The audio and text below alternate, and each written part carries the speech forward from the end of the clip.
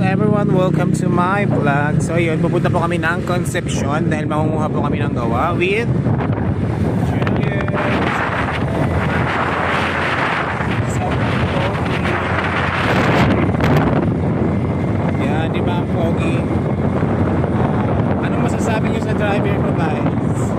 Yummy ba? Ang pogi, di ba? Parang 16.